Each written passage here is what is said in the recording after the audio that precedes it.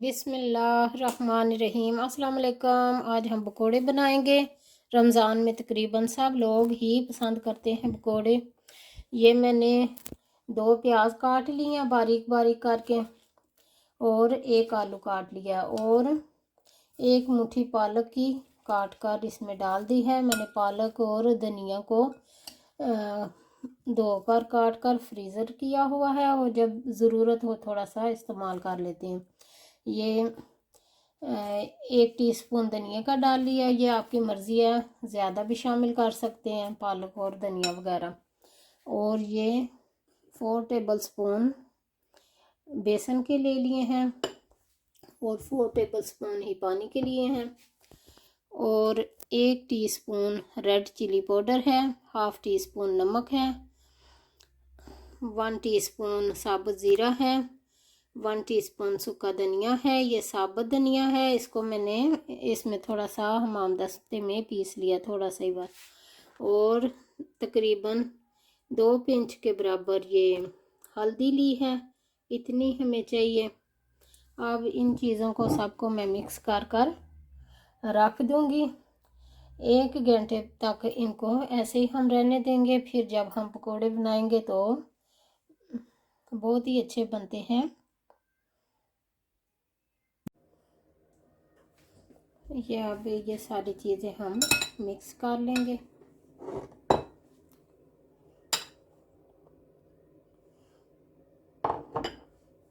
बचा हुआ बेसन भी मैं शामिल करूंगी।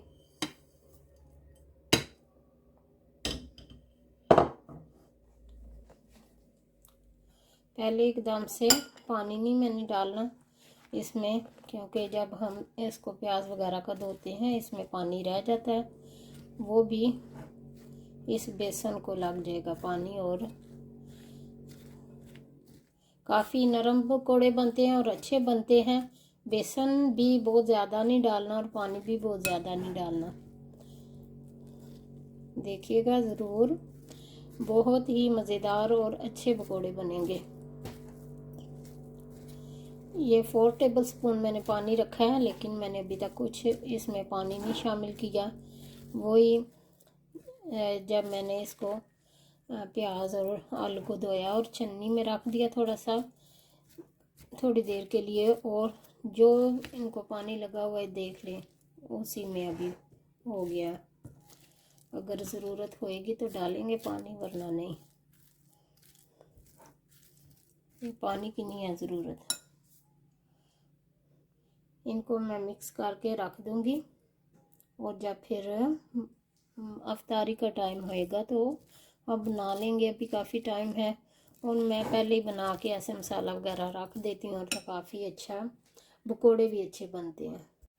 ये मैंने इस तरह से इसको ढाम कर रख दिया। इधर सर्दी है तो हम ऐसे ही बाहर किचन में रख लेते हैं चीज़ें। तो पानी बिल्कुल नहीं शामिल किया, क्योंकि पालक भी फ्रोज़न थी और धनिया भी फ्रोज़न था, तो वो भी पानी होता उन चीज़ों में भी, और उनसे ही बेसन भीग गया सारा जितना मैंने डाला, तो कोई ज़रूरत नहीं पड़ी। और जब हम पकोड़े बनाएंगे पकोड़े भी अच्छे बनेंगे, नरम बनेंगे, बिल्कुल सख्त नहीं होते, बहुत ही अच्छे बनते हैं और मज़ेदार भी बनते हैं। कढ़ाई हमने रख दी है और सेम वही बेसन है जो मैंने 4 टेबलस्पून भर भर के लिए थे और कोई पानी नहीं डाला। और फिर भी देखिए कितना नाइस नरम सा मिक्सचर हो गया।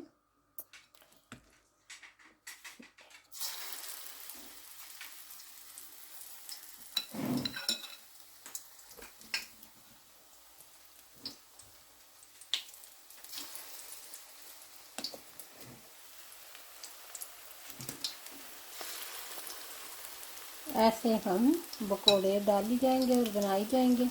पकोड़े हमने डाल दिए हैं और पक रहे हैं। तकरीबन 1 मिनट तक इनको हम पकने देंगे, या 1 मिनट से भी कम टाइम लगेगा। देख लेंगे ना कि गरम ऑयल है तो हो गए हैं, तो ऐसे उठाए जाएंगे साथ साथ। बस चेक कर, एकदम से जब पकोड़े डालने हैं तो उस टाइम नहीं चमचे मारने, फिर ये टूट जाएंगे।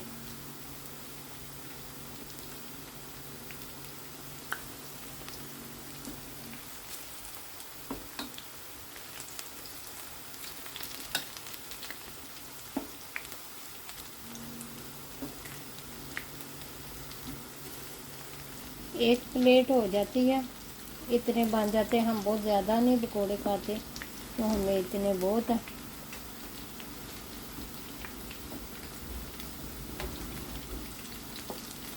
ये देखिए कलर चेंज हो गए इस साइड से। अभी हमने पकाना है इनको फिर भी।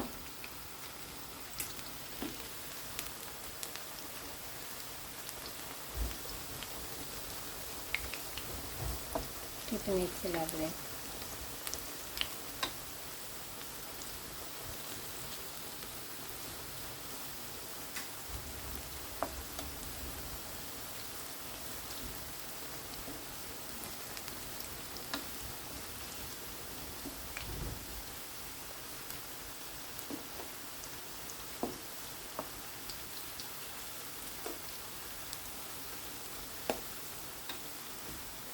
इस टाइम ज़्यादा लो हीट नहीं है, थोड़ी सी तेज़ ही है,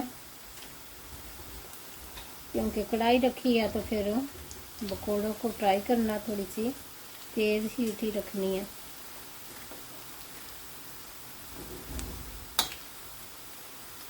अपने घर के चूल्हे के हिसाब से भी इंसान को पता होता है।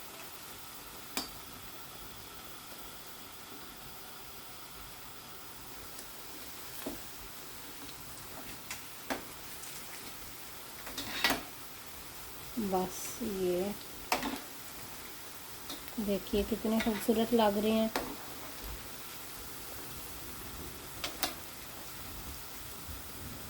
बस इनको अब हम निकाल लेंगे।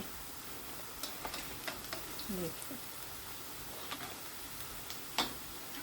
1-2 मिनट में ये बन गए हैं।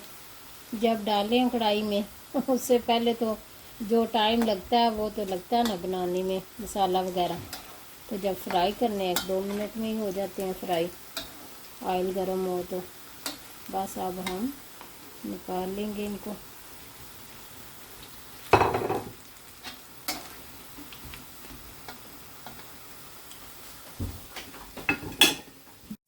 देखिए जी माशाल्लाह से बहुत ही मज़ेदार हमारे पकोड़े तैयार हो गए हैं। अगर आपको मेरी रेसिपी पसंद आए, लाइक एंड शेयर कर दीजिएगा, सब्सक्राइब कर दीजिएगा। ओके जी, अल्लाह हाफिज़।